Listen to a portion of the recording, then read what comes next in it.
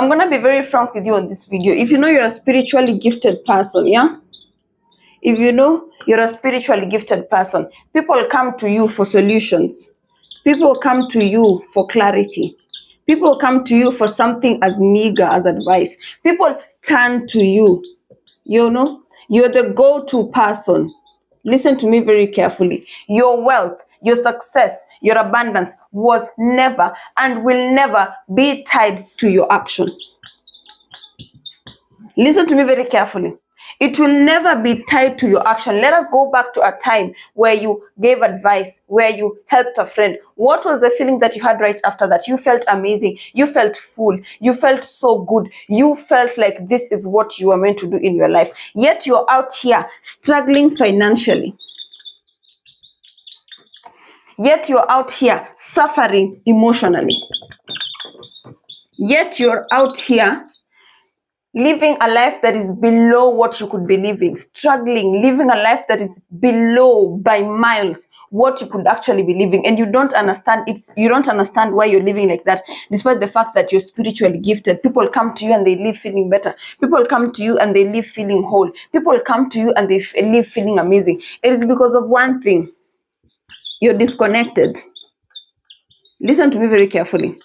You're disconnected. And I'm not about to tell you what they tell you on social media. I'm not about to tell you that, oh, you're disconnected from source. You need to go back to source. You're not disconnected from source. Because ideally, if you were disconnected from source, then you wouldn't be able to do the work that you do in people's lives. So the fact that you drive impact even on the days when you're broke, the fact that you drive impact even on the days when you slept hungry, is proof that you are not disconnected from source. You are disconnected from identity.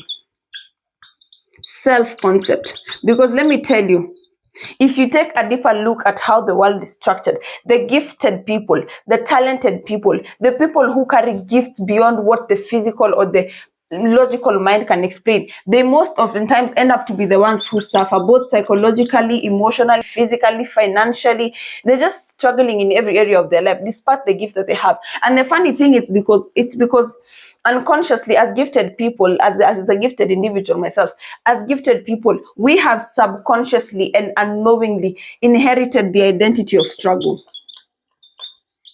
When you hear the word creative, when you hear the word artist, when you hear the word,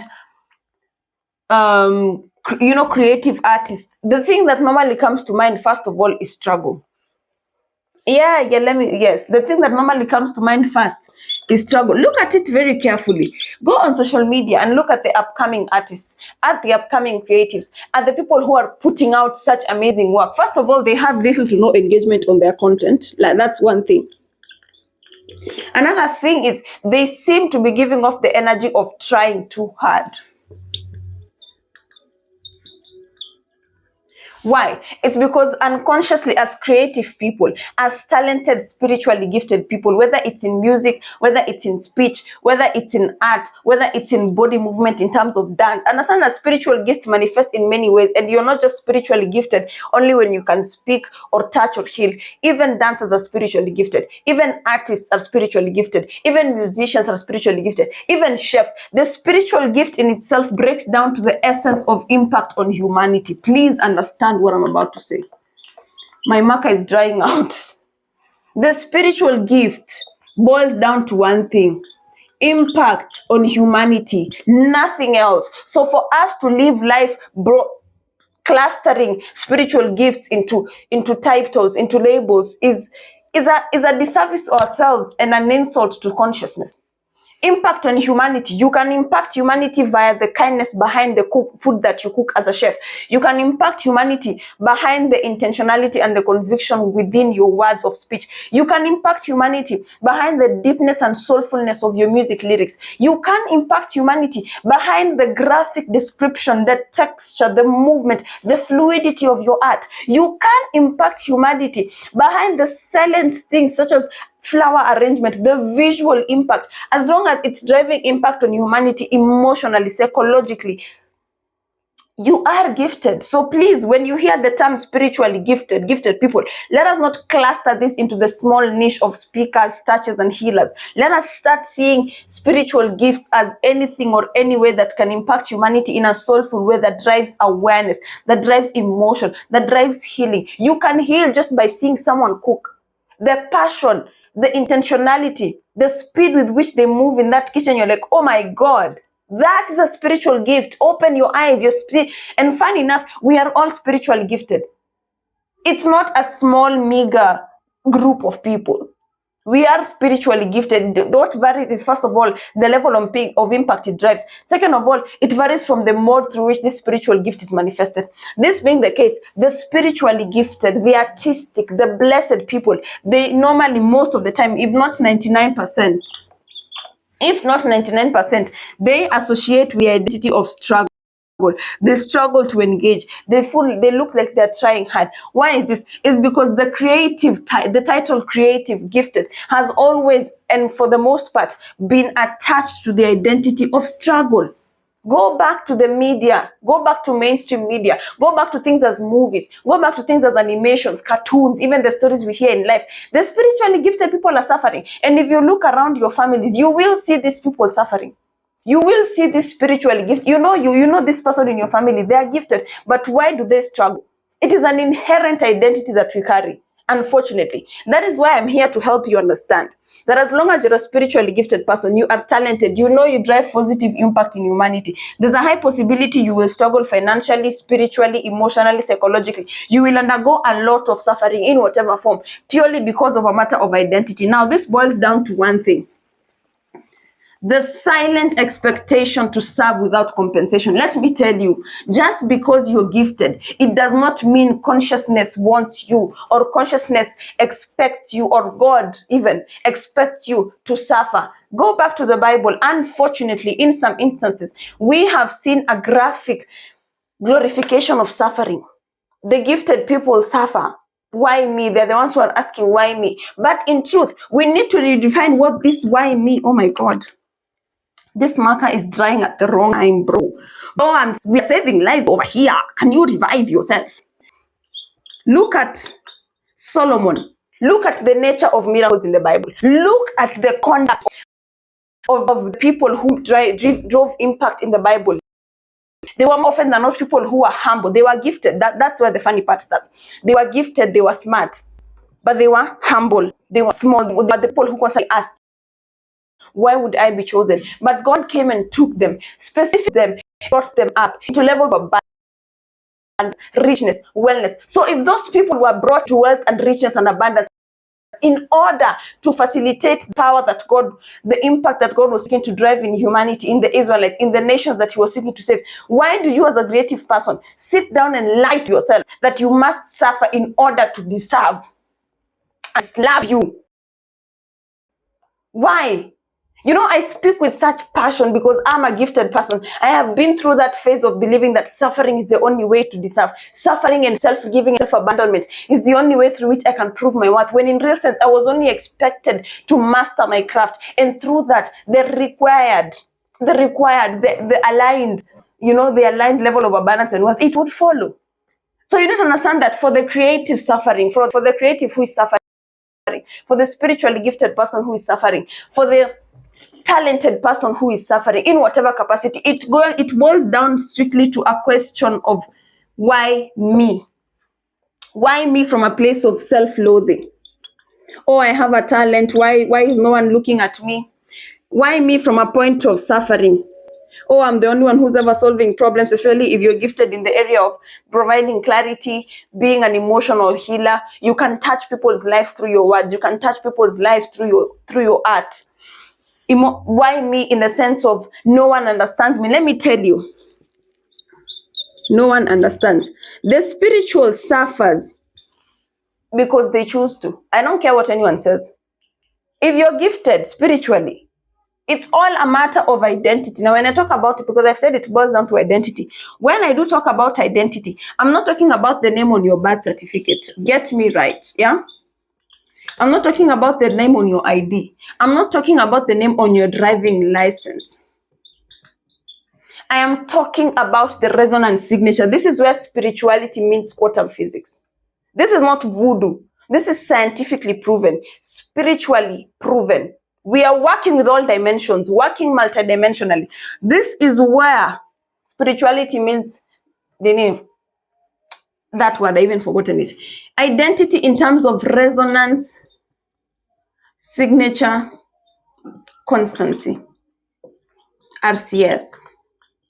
Because let me tell you, as a gifted, as a spiritually attuned person, you carry a gift. You carry a brilliant gift. But the thing is, this gift will only remain to be in latent potential. Allow my boat to dance. Honestly, this gift will remain to be in latent potential up until the point you collapse it into form. So just because you're creative, just because you're spiritually gifted, it does not directly mean that you will get everything you want, the attention, the accolades, the acknowledgement, the support. You need to collapse that latent potential into form. This is where resonance signature constancy comes in. So first of all, this is where the story is communicated. Because the misalignment with the creative individual, yeah? The misalignment with the creative individual comes in the point of equating acknowledgement to value. Yeah? Acknowledgement to value.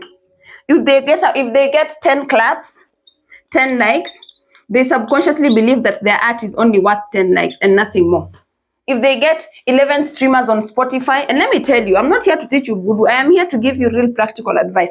If they get 11 streamers on Spotify, they believe that their song is only worth 11 streamers.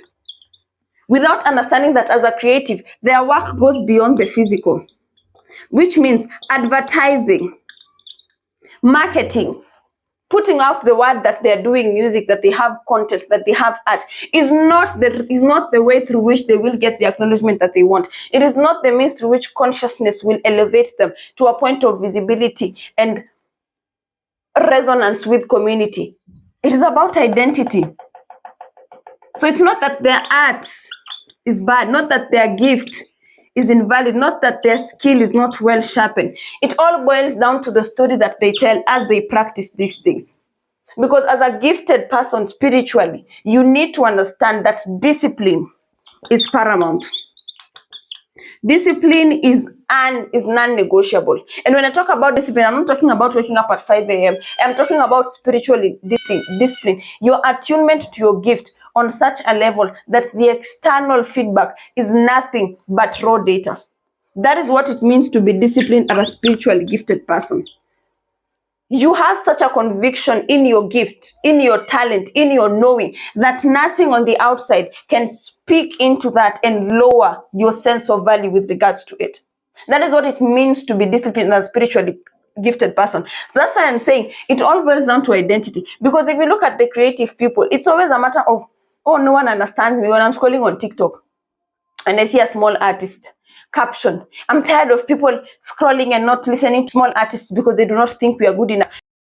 You're already communicating with regards to your resonance signature constancy. With this, the story you're telling, you're already telling God, the universe, that people don't think your work is good enough, that people don't respect you, that people don't think you're worth listening to, your music is not worth streaming on Spotify, that your art is not worth going to see in a gallery, that your art is not worth buying at tens of thousands of dollars. You're already communicating that level of disconnection.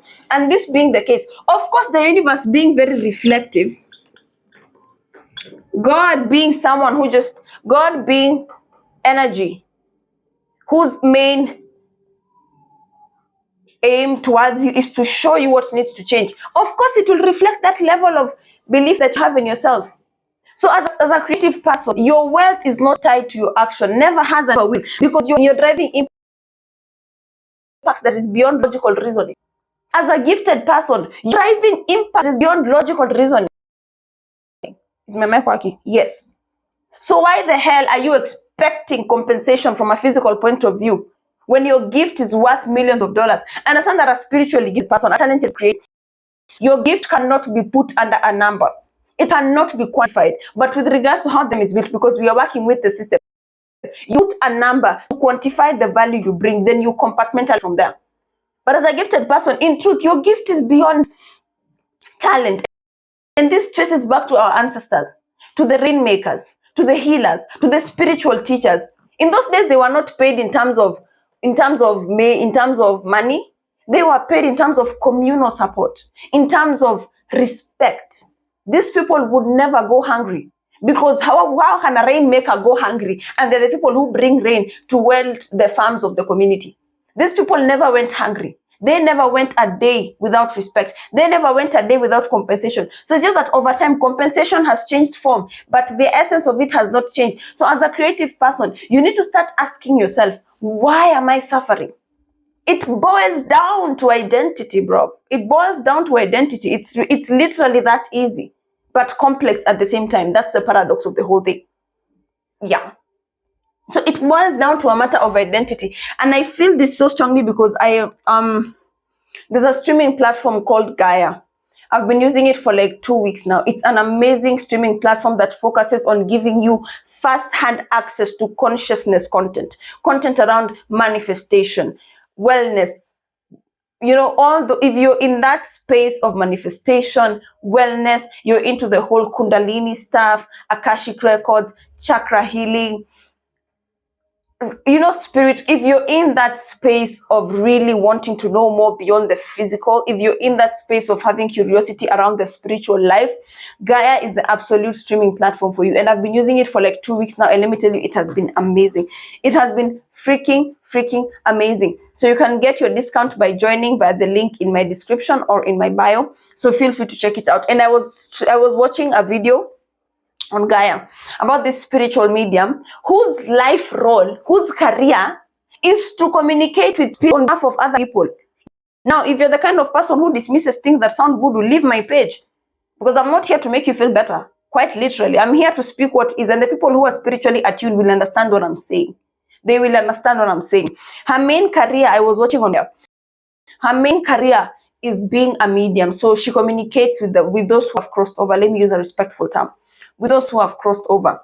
And the interviewer was asking her, is this your life career? How do you feel about being a psychic medium? And she was like, I love this. It has given me purpose. I'm able to connect people with their loved ones. I am able to solve death cases. I am able to bring clarity to people who passed without any sense of communication with their loved ones. And it opened my eyes to the fact that we should be as spiritual gifted people. It is our responsibility to be abundant. It is our responsibility to be opulent. It is our responsibility to be living in luxury, because through maximum experience can we be able to bring a maximized experience to humanity. How are you going to be able to show up for people when you haven't even eaten supper? Let's face facts. How are you going to be able to be a healer to people when you don't even have the resources that allow you to heal within yourself? How are you going to be able to show up and create content for people and impact lives when you haven't even eaten for 2 days, when your rent is due, when your landlord is on your phone? Creativity cannot flow in the presence of oppression. I said it. Creativity cannot flow in the presence of oppression. So when you understand that as a spiritually gifted person, as an artist, as a musician, it is your right to be wealthy. It is your right to be rich. You will start changing the concept of I am suffering, or I am a small artist, people don't see me. If you look at the big artists, if you look at the big creators, they're living well. And we try to figure out why they live so well without 9-to-5 jobs, instead of trying to understand how they're able to maximize on their gift, to drive impact, to influence change. That is how the compensation comes. So this woman has built an entire career around mediumship. She's a psychic medium. She helps people communicate with their members who have passed on to the other life. Do you know how impactful that? You can't put a freaking title. You can't put a freaking price tag on a gift like that. You can't put a price tag on a gift like that. You really genuinely cannot. It is not possible to put a price tag on a gift that someone can literally connect you with the other end of reality. This is someone who can connect you with your grandmother, with your mother, with anyone you loved who had passed on. And you can communicate with that person through this person. You can't put a price tag on that gift. But because we live in a system that requires compartmentalization and titling, it is necessary that she puts a price tag on her gift. But from a higher perspective, there's no price tag on spiritual gifts. And that is what opened my eyes to the fact that as a spiritual person, your business is not to be looking for acceptance or a rollout here. Your business is to be crafting your skill, mastering your art so fuckingly well that reality has no option but to put you in front of the people who need it. Because you have a gift, there's people who need it. Consciousness manifests in multiple ways. So as consciousness manifests through you in terms of a gifter, in terms of a gifted individual, in terms of someone who can drive change, it will manifest in front of someone else as someone who needs that. It is consciousness observing itself. At the end of the day, we are one because we are the awareness behind the awareness of each other. Yes, if you know, you know. If you don't know, I'm sorry, I can't help you. So as a spiritually gifted person, you need to start redefining your story. You need to start redefining your story. Stop all the shenanigans of, oh, I'm suffering. Oh, I'm a small artist. People don't respect my work. Especially if you're a spiritual gifted, let me tell you, especially if you're a spiritually gifted person who has found yourself in a geographical location that unfortunately does not align, does not understand the gift that you carry. You should not limit yourself to that location. Even if you are born in an estate or in a country where people cannot tap into the gift that you carry, they do not see the value of what you produce, it does not mean it is invaluable. It does not mean that it is not valuable. It simply means that you need to think bigger. If you're born in a country where people do not understand the concepts that you're teaching, think bigger. If you're born in an estate where people do not resonate with your music, think bigger. Don't shrink. Think bigger, bro. Start asking yourself, who do I need to become in order to be in front of the people who align? Who do I need to become in order to have my art, my work, my skill be appreciated in front of people whose consciousness is at the same level as mine? Because if you're at a consciousness of creating that gift, it means there's an individual somewhere who's at the consciousness to perceive it. God is a God of order. Quite frankly, God is a God of order. So if you have created something, if you have brought something to life, there is an individual on another end of the reality of the world who is on the same freaking level. So no, your geographical location does not matter. In the Bible, the Queen of Sheba she traversed miles to come and see Solomon simply because she heard of his gift of wisdom. What is the strategic meaning behind that? Your gift will put you in front of people outside of your location. People will come and look for you, but you need to be grounded in yourself. You need to be so confident in your work, in your skill, in your craft, that factors are not eligible anymore.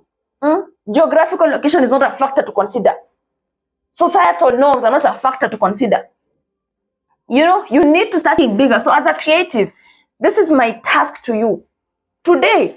Stop focusing on what can I do to put my music out better? What can I do to market myself? Ask yourself, who do I need to be? What's the story that I need to start telling energetically?